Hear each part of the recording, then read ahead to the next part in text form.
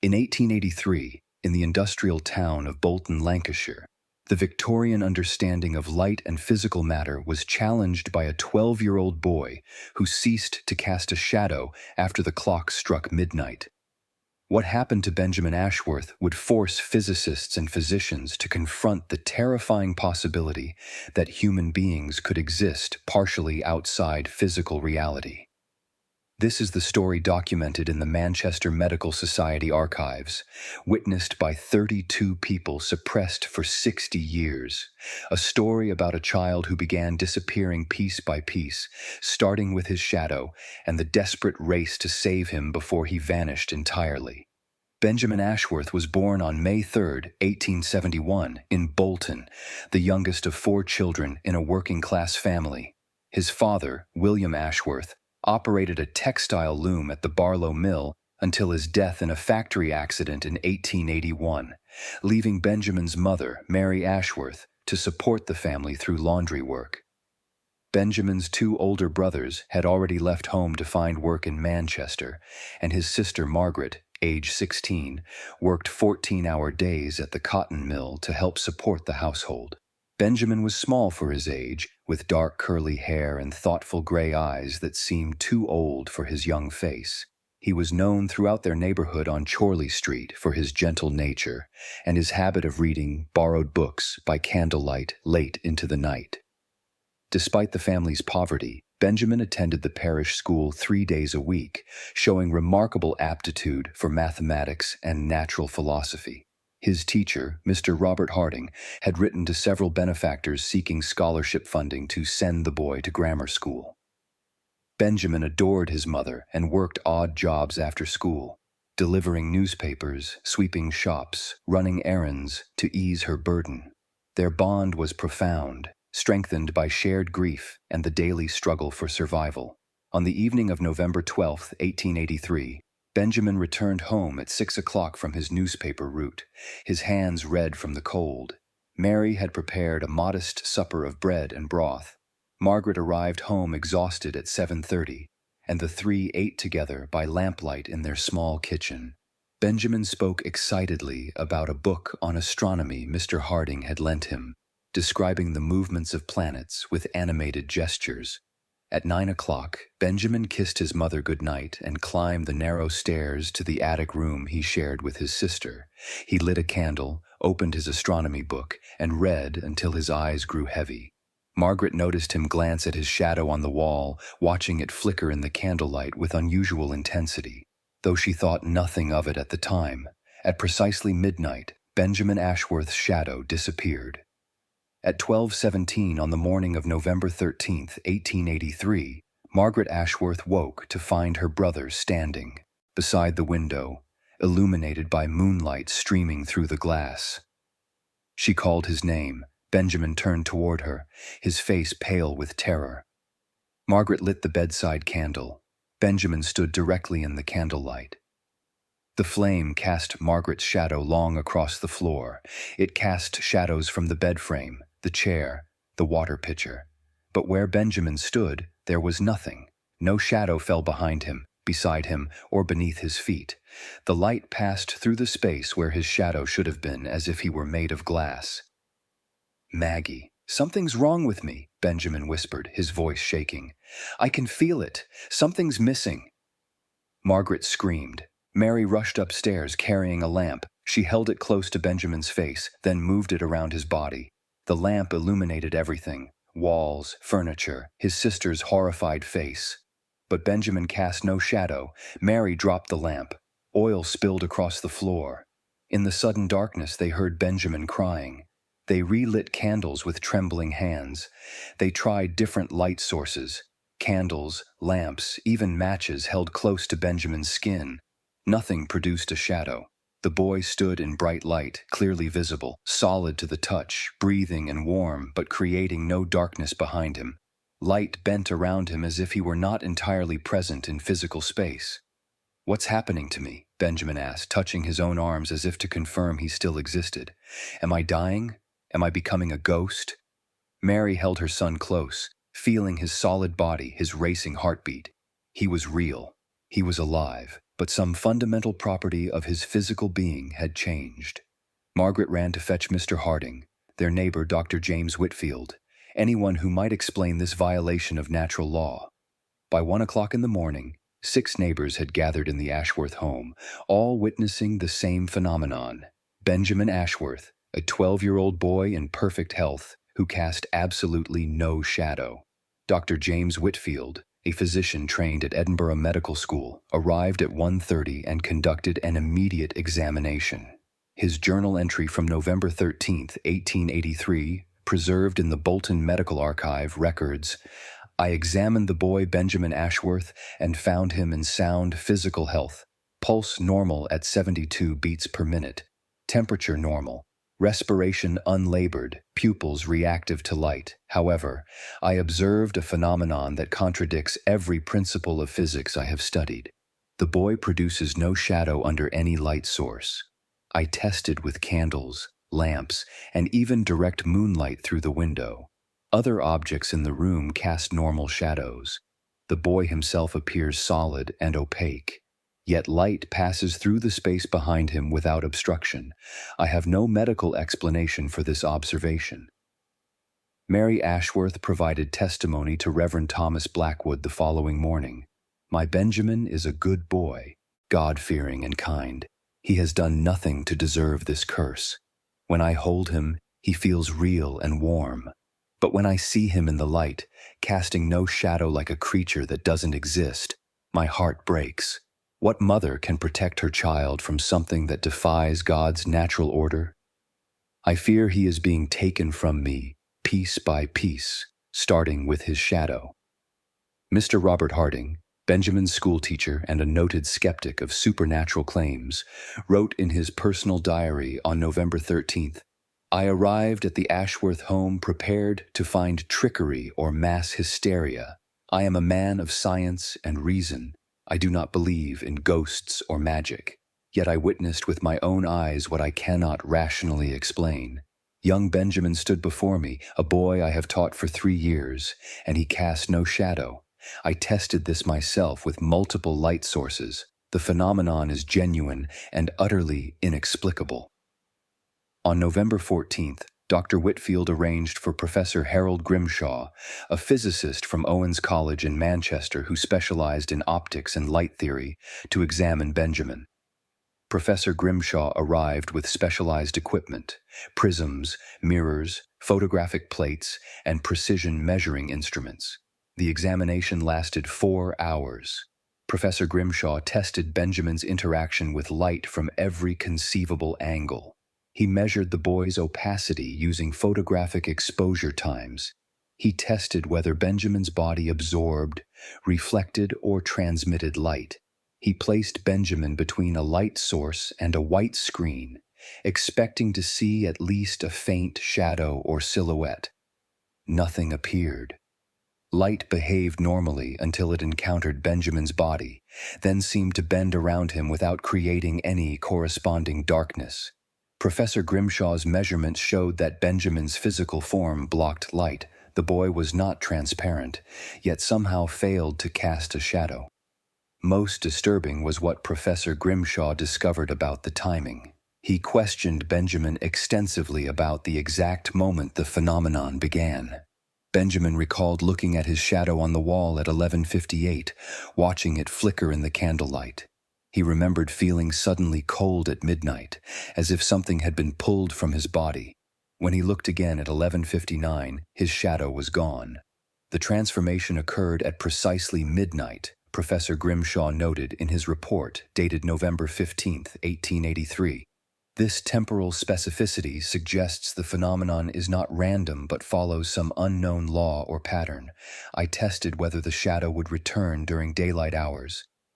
It did not. I tested whether the shadow would return before midnight the following night. It did not.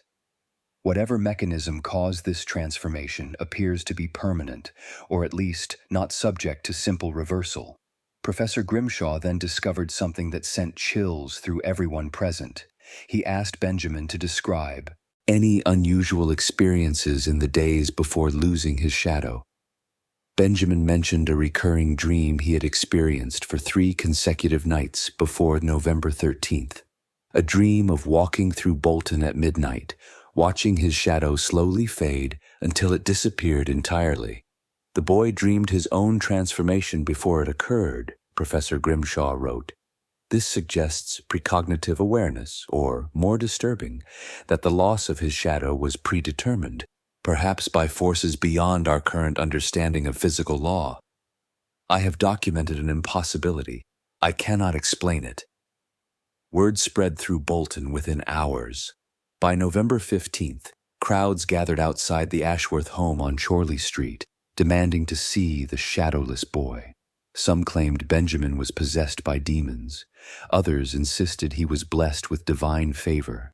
The local newspaper, the Bolton Evening News, published a cautious article on November 16th describing an unusual medical case under investigation by qualified physicians. Factory workers, shopkeepers, clergy, and curiosity seekers all sought to witness the phenomenon. Mary Ashworth barred her door to all but medical professionals. The town divided sharply between those who believed Benjamin was cursed and those who thought him a miracle. On November 18, 1883, Professor Grimshaw proposed a definitive test to rule out any possibility of illusion or fraud. He would photograph Benjamin using the latest photographic technology, which captured shadows with perfect accuracy. If Benjamin truly cast no shadow, the photographic plate would provide irrefutable evidence. Professor Grimshaw arranged for renowned photographer Mr. Samuel Thornton from Manchester to conduct the experiment.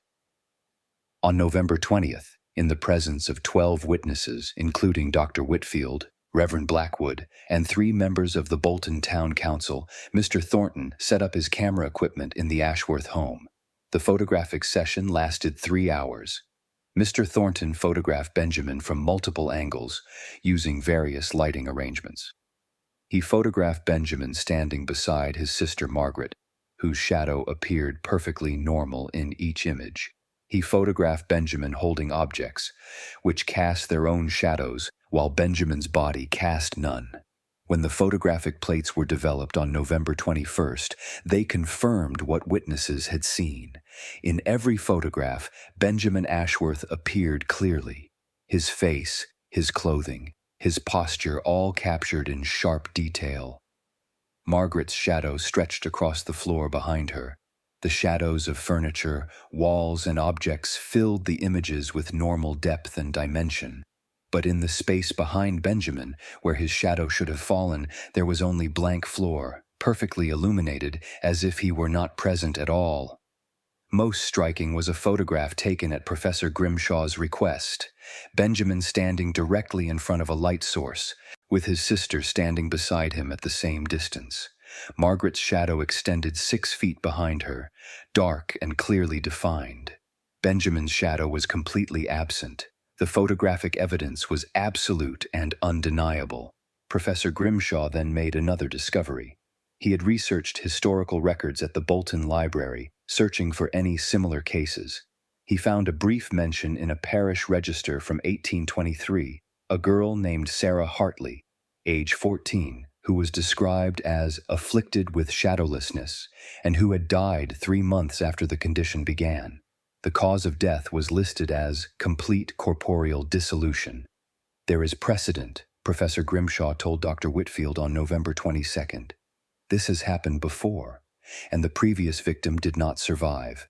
Benjamin Ashworth may be slowly disappearing from physical reality.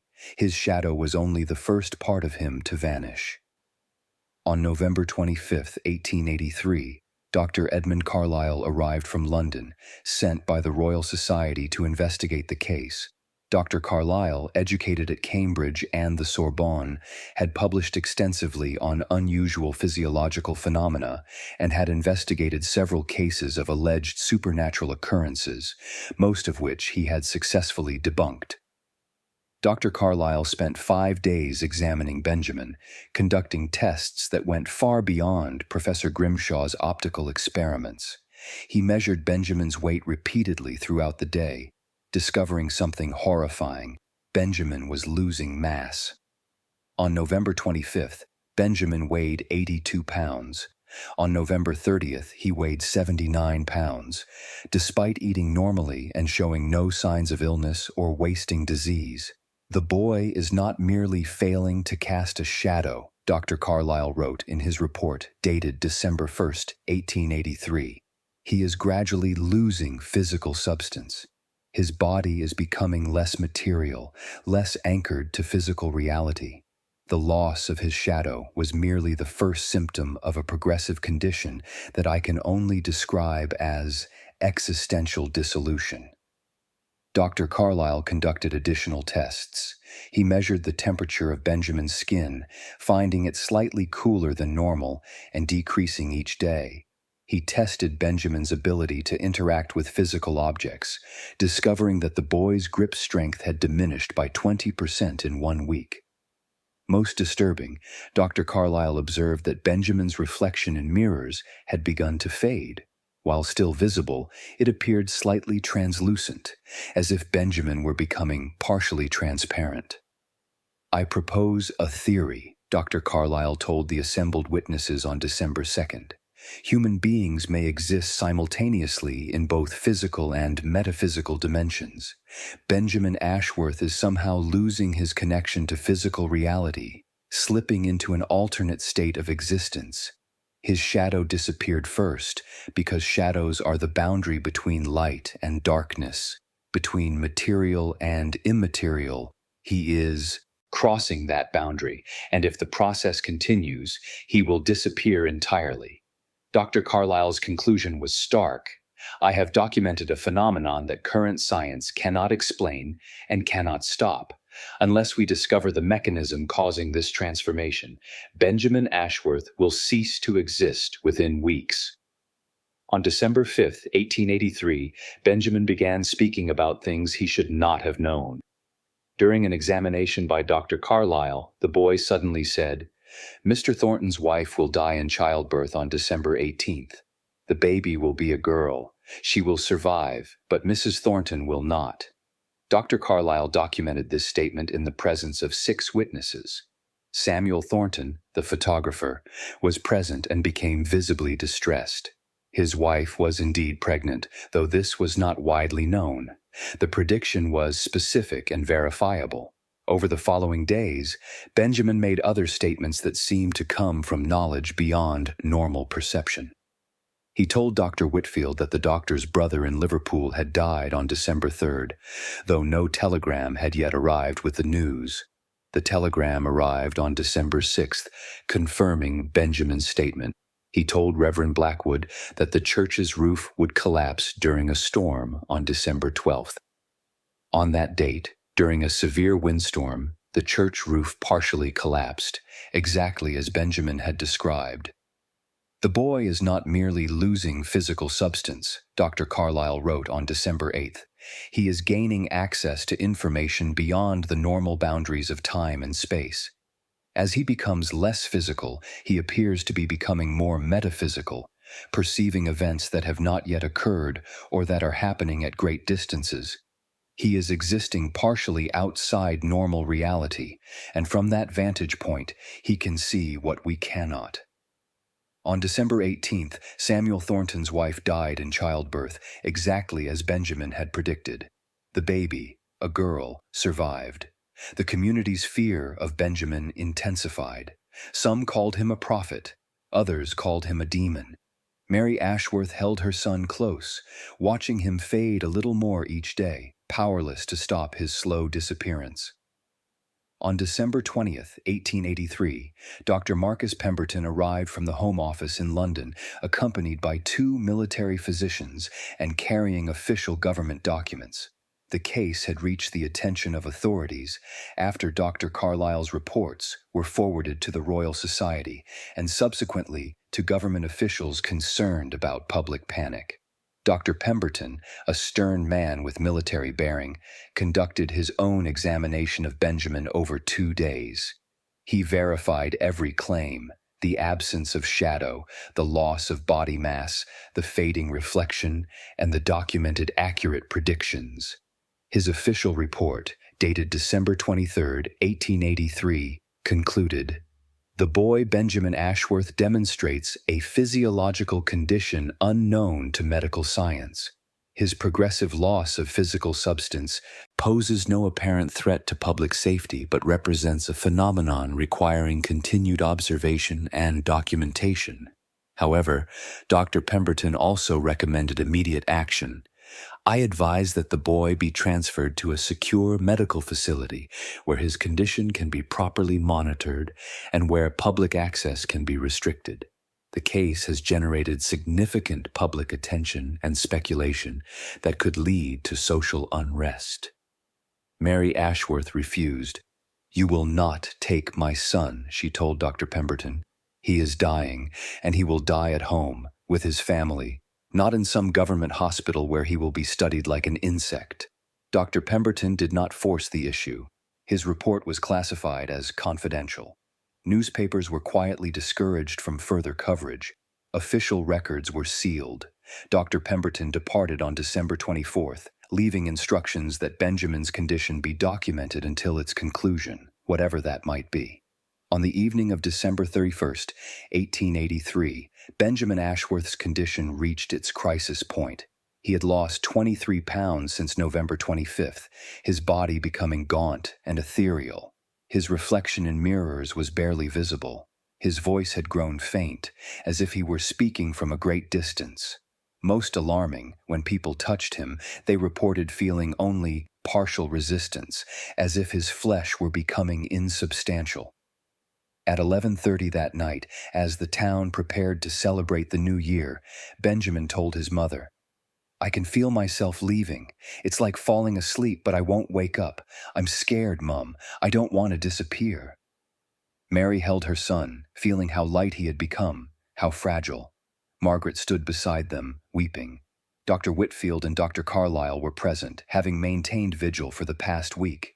They had no treatment to offer, no way to anchor Benjamin to physical reality.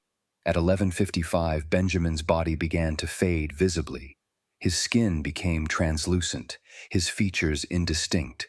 Through his chest, observers could see the wall behind him. He was vanishing before their eyes. "I can see something," Benjamin whispered, his voice barely audible. "There's light.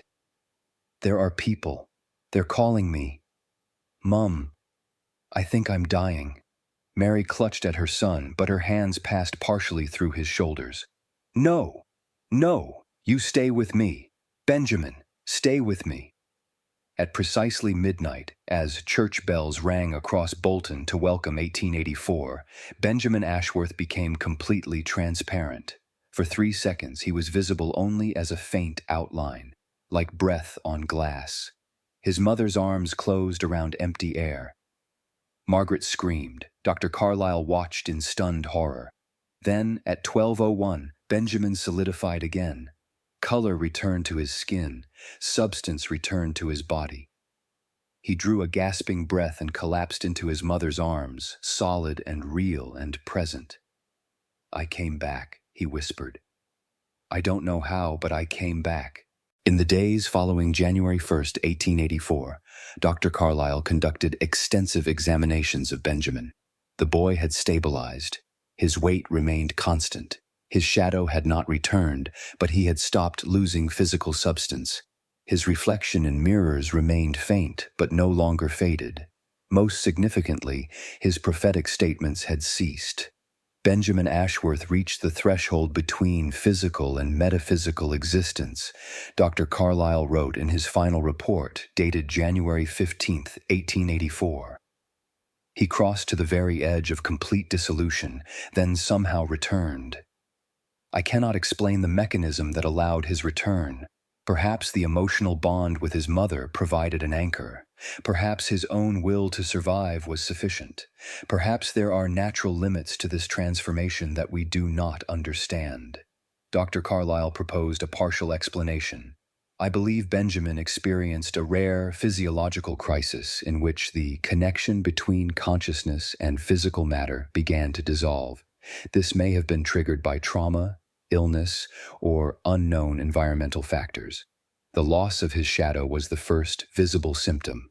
The subsequent loss of mass, fading reflection, and prophetic awareness all indicated progressive detachment from physical reality.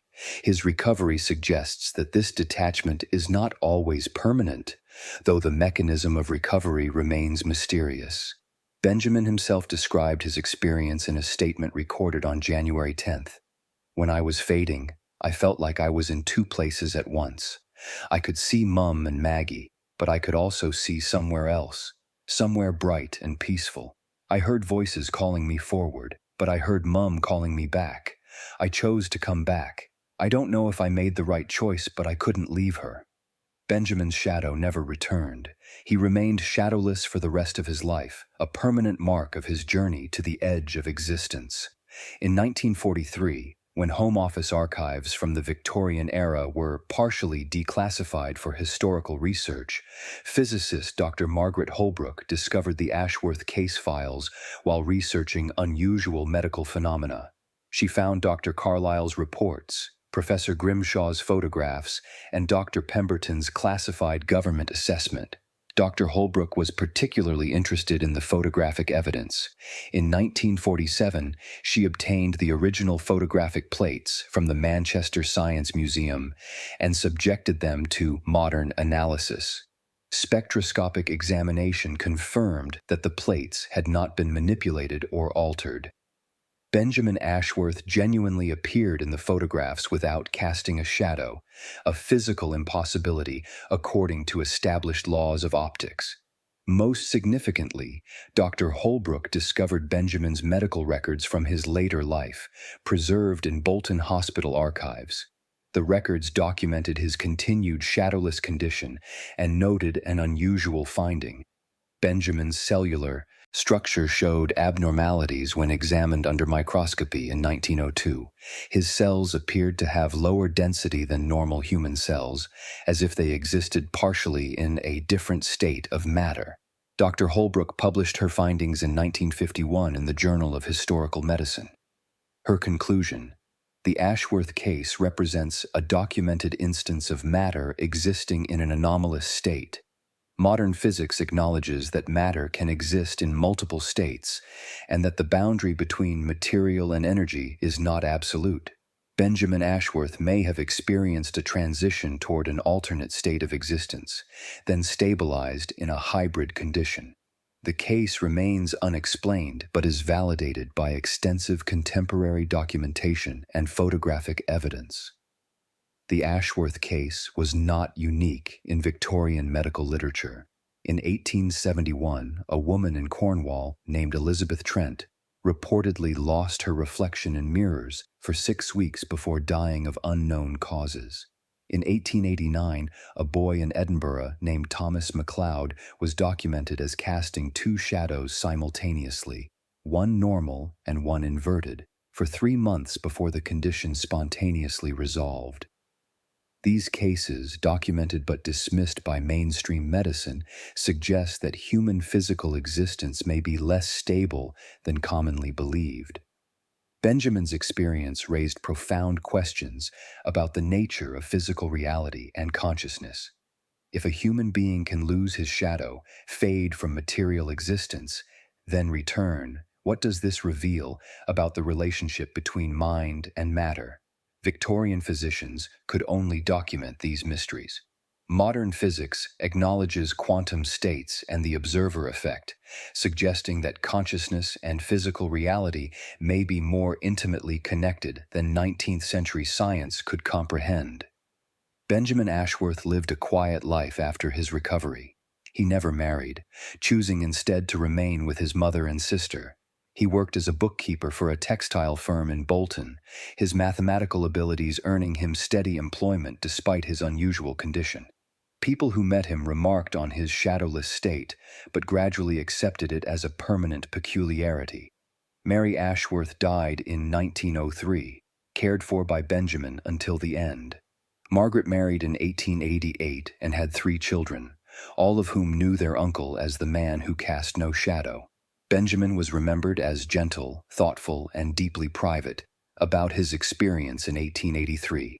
Benjamin Ashworth died on March 15, 1924, at age 52, of heart failure. His death certificate noted his unusual condition. Patient exhibited lifelong absence of shadow, cause unknown. He was buried in Bolton Cemetery beside his mother. His gravestone reads simply, Benjamin Ashworth, 1871–1924, beloved son and brother. In his personal diary discovered after his death, Benjamin wrote in 1920, I have lived 40 years without a shadow. I am neither fully here nor fully gone. I exist between two worlds, and I have learned to accept this strange gift and curse. Benjamin Ashworth's story challenges our understanding of physical existence and the boundaries of human reality. If a boy could lose his shadow, fade from material existence, then return to live a normal life, what does this reveal about the nature of our own existence? Are we as solid and permanent as we believe, or do we exist in a more fluid state than we recognize? The case files remain in the Manchester Medical Society archives, available to researchers willing to examine the impossible. The photographs still exist, showing a boy who cast no shadow. Some mysteries resist explanation. Some transformations leave permanent marks. Benjamin Ashworth proved that human existence is stranger than science can explain.